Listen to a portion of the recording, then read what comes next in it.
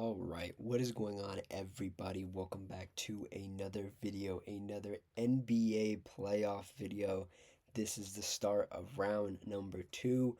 We're going to talk about all four matchups from the past 2 days. We're going to talk about what I saw, what I liked, what I didn't like, what the future of the series might hold in these individual series, who played well, who didn't, all that stuff. If you like what I have to say, like the video. If you have any opinions, comment it down below. And if you just like the vibes, consider subscribing. So yeah, start of round two. We have a couple matchups to get through here. The pool is shrinking more and more. Makes it easier for me to make these videos. So that's good. We're going to go in order of when they happen. So Knicks versus 76ers, Timberwolves versus Spurs, Pistons versus Cavs, and Thunder versus Lakers. I will say, just right off the top here, some of these matchups were underwhelming. At least game one was. And particularly this game one against or versus two teams. Obviously, that's how it works. The Knicks versus the Philadelphia 76ers. I'm going to cut straight to the point. I don't have a lot of notes for this game. I literally have four notes, or five. That's five notes for this game. I usually maybe take about like 10 to 15 notes, and then I boil them down and give you guys my thoughts and stuff. Um, this was perhaps, I want to say the worst game one I've seen in a while, because there's some pretty bad ones. This is the most like underwhelming one where I was like, oh, the Sixers are gonna come into this game. They're gonna play the Knicks really hard, and then you start to think about it, and I started to think about it as in preparation for this series, but also watching it. I was like, the Knicks aren't the Celtics. The Knicks are fully healthy. They have all their guys. They have bodies to throw at Joel Embiid. They have Jalen Brunson, their offensive powerhouse who went off this game. They have OG Anunoby. They have Mikal Bridges, who can guard, Paul George, Tyrese Maxey, VJ Edgecombe, wherever they throw, whatever the Sixers can throw out there, the Knicks can definitely defend it. And that's what happened in this game. And I'll go through my notes just for because I took them and I want to get through them. But the first note I have here, and this is very early on, so keep this in mind, right? I put both teams feeling each other out, pretty back and forth so far. And what I noticed was like, okay, so both these teams are going back and forth.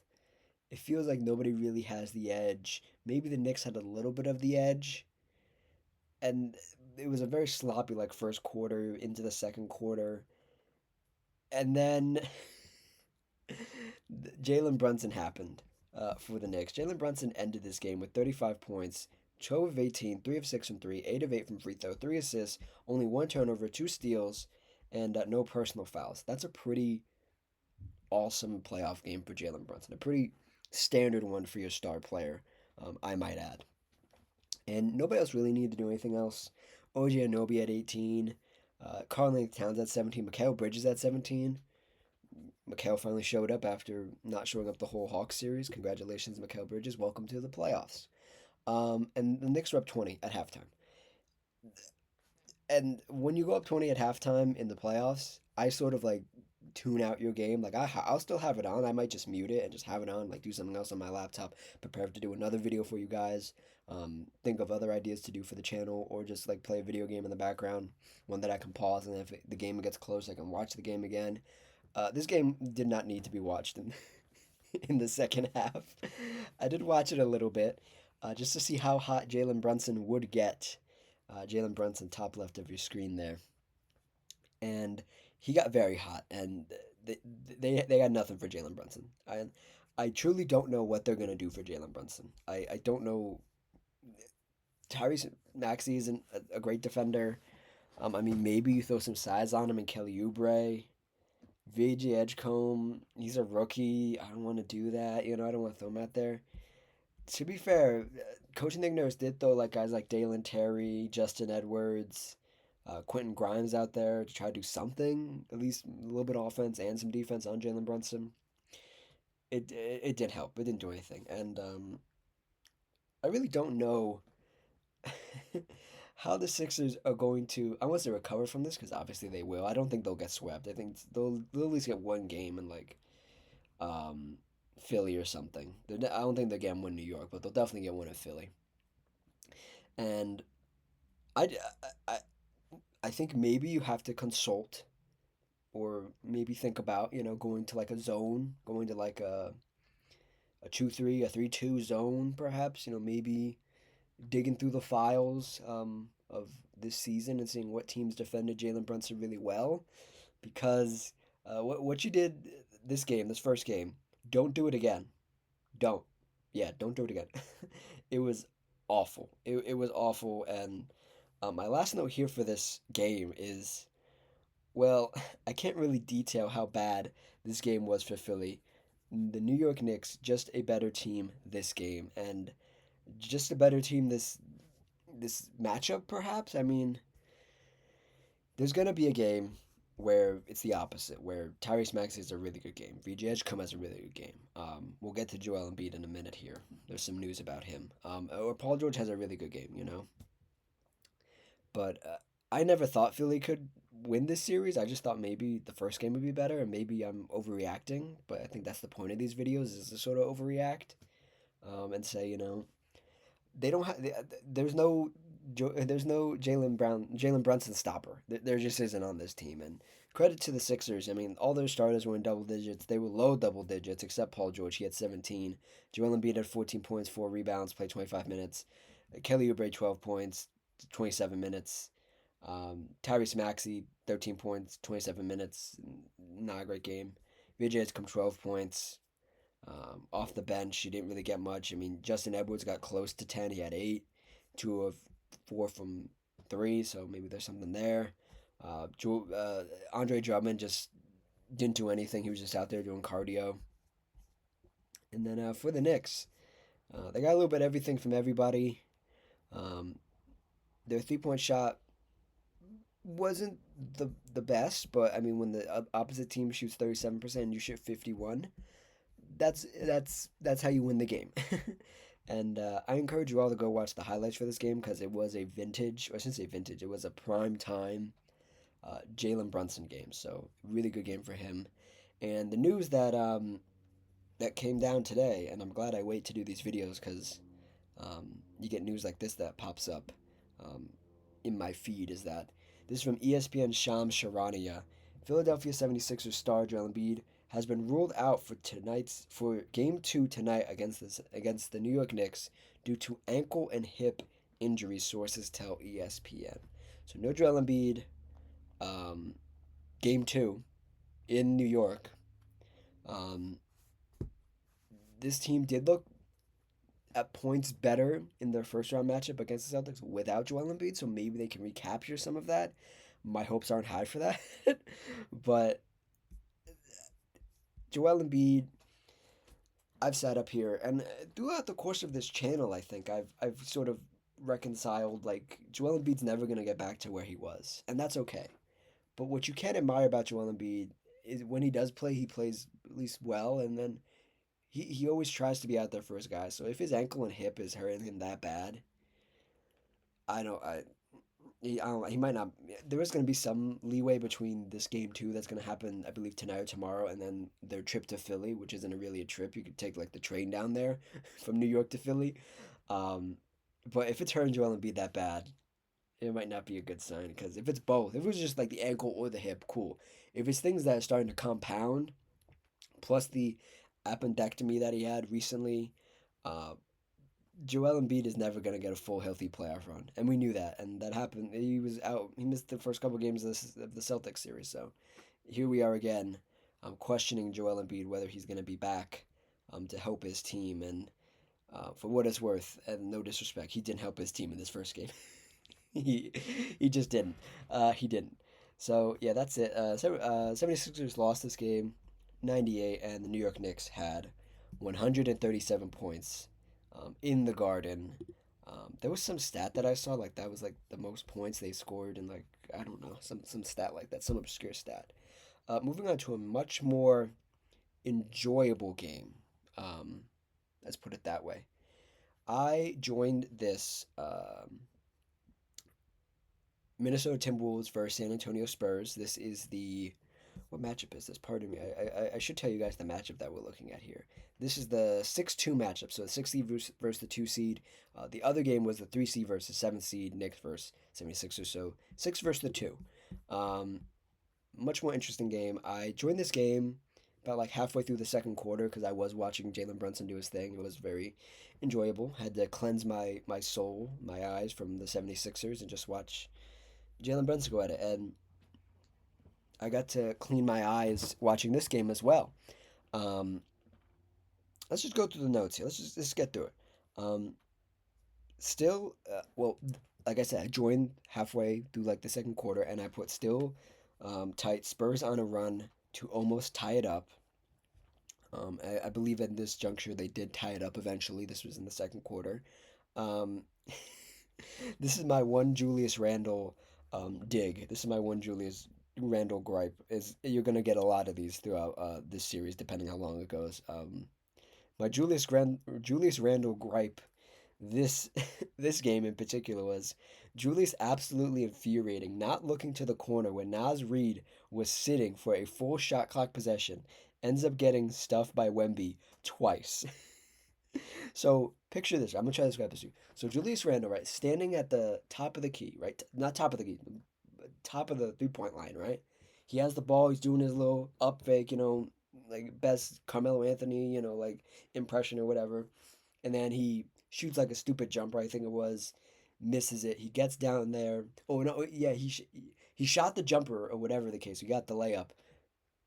It hit the rim. It did something. He got it. Went up block. It got blocked by Wemby. Went up again. Got the rebound. Went up again and blocked again. Well, I swear, Naz Reid was just standing there, hands open, like he was ready for the ball, just standing there, looking, watching, just okay. And Naz Reid did not have a particularly great game, but he was 2 of 3 from three. Maybe he could have been 3 of 4 from three. Just a thought. Um, all these digs I'm going to say about these teams, you're going to get the end result here in a minute, are part of the story. So walk with me here. Um, the Spurs, after the Julius Randle debacle that I just relayed to you, the Spurs. The Spurs got a three and it compounded the Julius Randle mistakes. The Spurs, small guys, did out rebound Rudy Gobert for moments in this game. Rudy Gobert only had 10 rebounds. I would expect a little bit more from Rudy Gobert, just a little bit, since the Spurs only have real two centers in Luke Cornett and Victor Wembanyama. He did get outmuscled, out wiggled. We'll put it right, out wiggled. Again to the rebound, he did get out wiggled a little bit by the Spurs guards. Those guards being like Devin Vassell, Stephon Castle, Dylan Harper, um, maybe a little bit of Julian Champagne. He's not really a guard, but to me, he looks like a guard when he's out there. Um, the next note, well, is halftime. So we get to halftime here. The Spurs go on a run at the end of the third. And this is very important that they go on this run at the end of the third because it makes the fourth quarter very tight. And it makes sure that both teams need their guys to really show up. Victor Wembanyama, so far in this game, up until the fourth quarter, struggling. Only 11 points, 15 rebounds, 3 turnovers, 5 assists, 12 blocks. That's a NBA first. 12 blocks in a playoff game. That's a high. He broke the record. Anthony Edwards was also in this game. He came off the bench. He was on a minutes restriction. He played 25 minutes, 18 points. This is very important detail that both Anthony Edwards and Victor Wembanyama were playing like below par, but below what they usually do. So it's the fourth quarter, and all these guys need to play well. The stars need to come out in the fourth quarter in the playoffs, right? So this starts with Anthony Edwards hitting a huge three on Victor Wembanyama, like outstretched Victor Wembanyama, like 8 foot wingspan Victor Wembanyama. We're talking about this. Then the avalanche starts. And Mike Conley hits a timely three. Spurs started working for every basket, getting down to crunch time. 3 minutes left. Um, Wemby had a mega dunk in traffic, just like 1-2 steps, bang, on your head right there. Big defense by the Spurs. The place was loud. I think it's called is it the Frostbank Center or whatever? I'm always gonna call it the AT&T Center. I think it's Frostbank Arena now, whatever, whatever. The arena was very loud, um, and then we get really down to the nitty gritty. And this game is a one possession game. The final box score: 104 Timberwolves, 102 San Antonio Spurs. And this comes off the heels of a disastrous no timeout called. This was horrendous. This was a horrendous call by Coach Mitchell, right? That's his name, Coach Mitchell. Yeah, Coach Mitchell of the Spurs. Um, the Spurs get a stop, and they're going the right way. They're going sprinting down the floor. And keep in mind, this is like 10 seconds left, 12 seconds left, maybe, right? Maybe I think it was 7 actually. So they have the ball. Victor Wembanyama throws it up, right? Or whoever got the rebound throws it up to his teammate, right? And they're going up the floor. The ball finds Julian Champagnie. Julian Champagnie right by the Spurs bench, right? And keep in mind, there's no timeout call. There's like 7 seconds left. This is all happening within 7 to 10 seconds. Julian Champagnie fakes, right? Fakes the three. One dribble, up, right? They only need a two to win, but they only need a two to tie and a three to win the game. They're going for the win. It hits the rim. It rims out, and the Spurs bench goes, and then and I'm gonna say this. I've been sort of monitoring the Spurs coaching situation. I've come on here and told you I'm not the biggest fan of their coach. I think he has some bright moments. It's only his second year as a head coach. This is a moment where you take the timeout. This is this team's first time in the playoffs, and you played the eight. You played the what, the seven. They played they played the freaking seventh seed. The Trailblazers. They're no worry to you guys, right? This is big time. This is prime time. You need to lock in. You need to think about these things because you could come back here, um, in Game Seven, right? It's gonna be in San Antonio. You come back here in Game Seven, and you could be if we won Game One, we wouldn't have to play Game Seven. These are the little things that sort of haunt you, and you can't think about them in the moment. But definitely, if you start to if the series starts to linger, if somebody gets injured, if you know, whatever the case may be, you start thinking about the one that got away. This is the one that got away, and I, I said in the moment when I was watching, I say, "What the hell? No timeout, no timeout. This is a young team. They need that. I don't care. I don't care if it's freaking third year Michael Jordan. I don't care. I don't care if it's third year LeBron. You take the time out. You take the time out. It was it was a necessary timeout that they did not take. They actually had two timeouts, so they could have done two. They could have taken the timeout, and if they had trouble inbounding the ball, they could have taken another timeout. It blew my mind that this young team did not take a timeout, and I'm looking straight at the coach and I'm saying, dude, disastrous. Um, Other things of note in this game: Julius Randle, big game, 21 points, 10 rebounds, great game for him. Jaden McDaniels hit some timely shots, 16 points, 5 rebounds. Rudy Gobert, 7 points, 10 rebounds, like we said. Mike Conley, 12 points as a starter. First time inserted back into the starting lineup in a little bit, I believe, right? Yeah. Terrence Shannon, 16 points, showing up big again, 5 rebounds. Naz Reid, 12 points. Anthony Edwards, 18. Um, and then going to the Spurs, this is a really good Spurs game. This is an all-around really good game, especially a game where Victor Wembanyama shit the bed, essentially. Julian Champagnie, 17 points, tying Stephon Castle to lead the team in scoring, 17 points as well. 5 rebounds, 5 assists for Stephon Castle, 14 points for Devin Vassell, 10 points for De'Aaron Fox, 11 for Victor Wembanyama, and 11 for Keldon Johnson, and 18 for Dylan Harper. Dylan Harper has been amazing in these last couple games, so shout out to him. Um, I have a few things to say before we move on. Um, uh, People are already upset with De'Aaron Fox, and the conversations are starting up again because, of course, it is right. Like De'Aaron Fox isn't long for this team. You need to get him out of here. He doesn't fit, because they got the young guards. You really want to start Dylan Harper in this game, who, to be fair, had 18. He kind of outshowed the guy who's in his spot. That's the thing. People are all over Wemby because they're like half of his blocks were like goaltends and the rest didn't call it. This is what happens, right? And I watched it happen live with Luca in real time. I watched it live where it's cute to get to the playoffs, right? It's cute. Like your first turn, it's cute. You lose, win, draw, whatever. It's your first time, right? Second time, they start giving you a tough time, a hard time. The people, not, well, I'll say people like me, people with a microphone, people on ESPN, people on, whatever network you watch, start giving them a hard time, right? Any player, right? Young player, young rising star. Third time, they're really on your ass. By the fourth time you're in the playoffs, if you don't win every series and go to the finals, its season is looked at like a failure. And you'll look like a failure if you don't play well, which is fair sometimes. We're at stage one right now where this is Victor's first time. It's cute.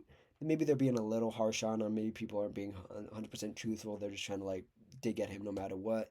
Wemby had a triple double with blocks, which is amazing. The kid's great. I'll say this. I'll say this. I would not be upset if the Spurs got a better coach because this guy's just why I'm still obsessed over the timeout. Like why no timeout? Why? And this was so bad. This mistake was so bad that former head coach, um, Basketball Hall of Fame in member Greg Popovich had to come to the film session yesterday and explain some things to everybody. The poor guy, Greg Popovich, had two strokes, and he's still like, no, I need to go in here and tell these guys what's what. Poor guy. God, let the man rest. Jeez. Let that man rest. Y'all messed up so bad he had to come out of retirement for like 20, 30 minutes and explain some stuff to you guys and be like, this is how we play Spurs basketball. This was not Spurs basketball. Jesus. So yeah, Minnesota wins 104 to San Antonio's 102. Let's move on to the next day, day two of round two, starting with Cleveland Cavaliers versus Detroit Pistons. This game did not start very well for the Cleveland Cavaliers. Their man in the middle, Jared Allen, started the game with three fouls, hampered him immensely throughout this game. Only played 18 minutes, single digits across the board in every statistical category. The Pistons, without Jared Allen being there on the defensive end, were able to slice and dice the Cavs on offense, and they really asserted themselves also on defense. This was not a great percentages game for any of these Cavaliers. I'm looking at 6 of 11, which is probably one of the better ones. 6 of 15, 9 of 19, um, 10 of 4 from 3, 7 of 1 from 3, 5 of 2 from 3. I'm looking at 7 turnovers, 3 turnovers, 4 turnovers. It wasn't great. This was not a great start for the Cavaliers. Um, the Cavs going to run, halted by a couple Pistons threes. Um, this is when it started to tighten up again.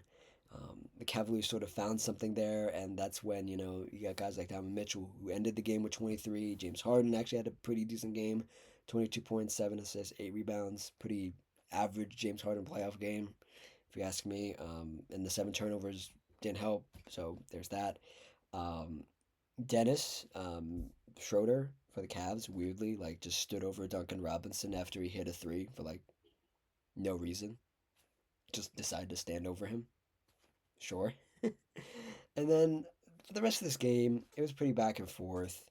The, the Pistons were in control this whole game. I never felt like the Cavaliers were gonna make a run to try to like win this game. It just felt like it was premature. Like there wasn't anything they could do really. The end score was 111 Pistons, 101 Cavaliers. The Pistons are the number one seed. They do have home court, one of the better home courts. The Cavs also do have a pretty good home court, so we'll see. Maybe this is gonna be one of the series where the Pistons win two, the Cavs win two, because we've seen the Pistons lose a bunch of games in a row, so we know this is possible, and then they go home and the Pistons win one, and then the Cavs win one, and it's back and forth, and this goes 7 games again, and if this goes 7 games again, this is gonna be disastrous for the Pistons because they're gonna be gassed by the time they get to the conference finals. Um, and the strange thing is, I do like Coach Kenny Atkinson for the Cavaliers as a coach. It feels like these last two series, he's been sort of kind of like behind the eight ball a little bit, and they keep saying like, always asking his players what he should do, what he should do in the coaching sort of um, side of things. And whatever the players are telling Coach Kenny Atkinson to do, stop. Stop. Hard stop. Not worth it. Just do your thing, Kenny. You're a really great coach. Don't listen to these players. These players are digging you a hole, and you're gonna have to dig yourself out of it. For the Pistons, Tobias Harris, 20 points, carrying over from their last game against the Magic. Really good game. Duncan Robinson, 19, 5 of 8 from 3. Jalen Duren, 11 points, 12 rebounds. Cade Cunningham, 23 points, 7 assists. 4 turnovers, though, not great. Asor Thompson, 11. And Dennis Jenkins, 12. Really critical at the end of the game when it did get kind of close, like beginning of the fourth, got kind of close. So, yeah, the Pistons win this game, and I don't know if the Cavs will ever feel comfortable in Detroit. They didn't look comfortable. Detroit's a hard place to play, man. Very hard place to play. And then for the last game of day two, round two, we have a game in which there's a lot of things going on that might not be basketball related, innately, or like, you know what I mean. We have the Los Angeles Lakers versus the Oklahoma City Thunder. The Oklahoma City Thunder won this game 108 to the Lakers 90. And I have so many thoughts. Game was a lot closer than I thought it'd be. So there's that. But the Thunder dominance was so palpable. You could just see it. You could feel it. Oklahoma, whatever you think about Oklahoma, I have my own thoughts about Oklahoma just as a state, but um, they show out for their fan. They show out for their team, man, and it's crazy.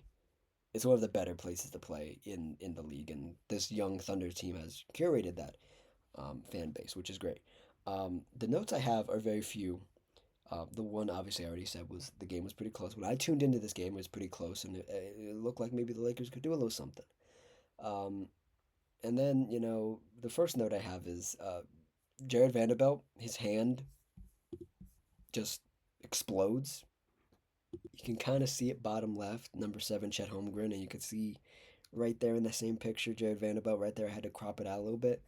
He caught his right hand, his right pinky, on the backboard, and it like bent and like went.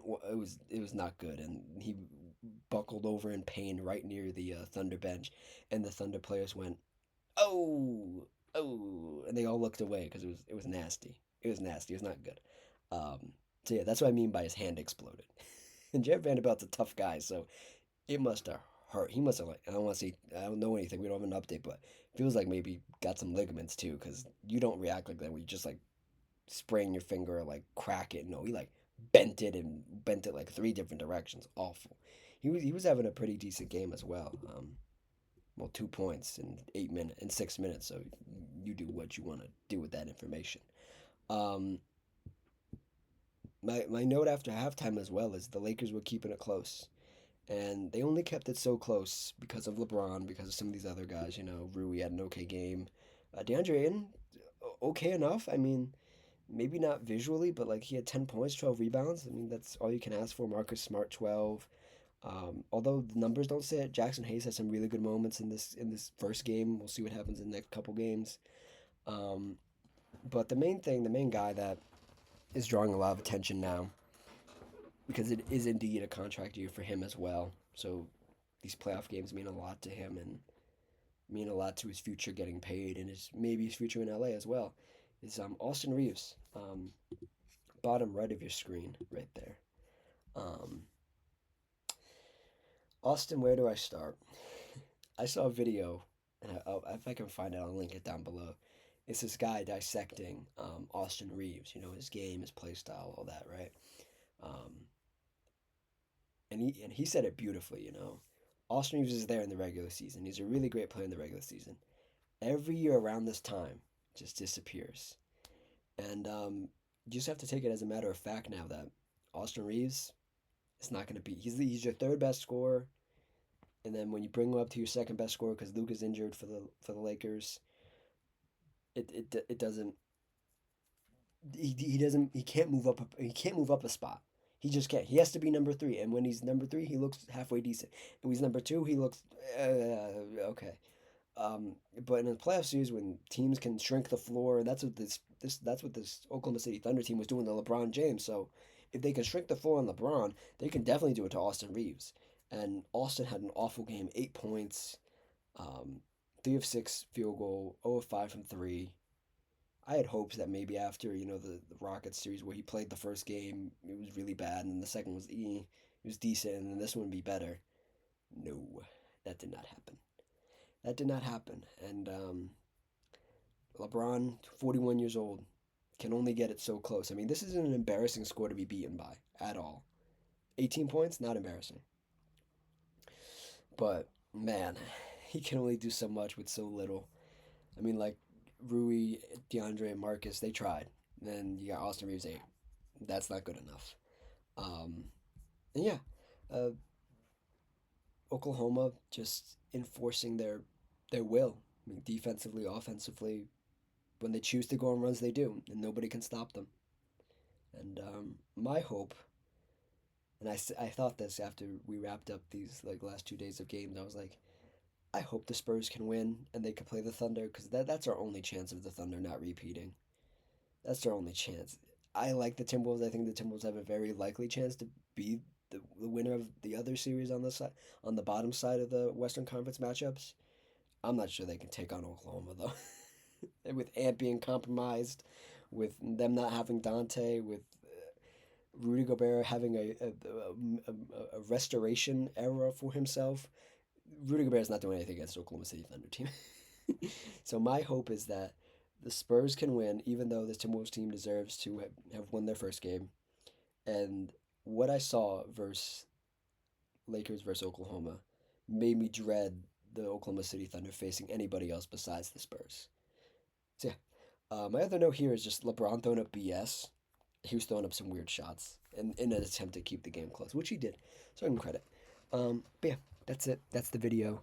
Um, WNBA stuff gonna happen later this week, so the schedule might get a little weird. You might get double uploads some days. I don't know. I do have a WNBA video pre-recorded already, so that will go up later this week, and we will continue our NBA matchups, our NBA playoff matchups until then. So check out the video on the left. If you like this video, you'll like that one as well. Check out the playlist on the right, and if you click my icon right in the middle of the screen, a little subscribe button will pop up, and you can keep up with NBA playoff stuff and WNBA opening weekend stuff as well. Also, like and subscribe. I will see you all next time. Cheers.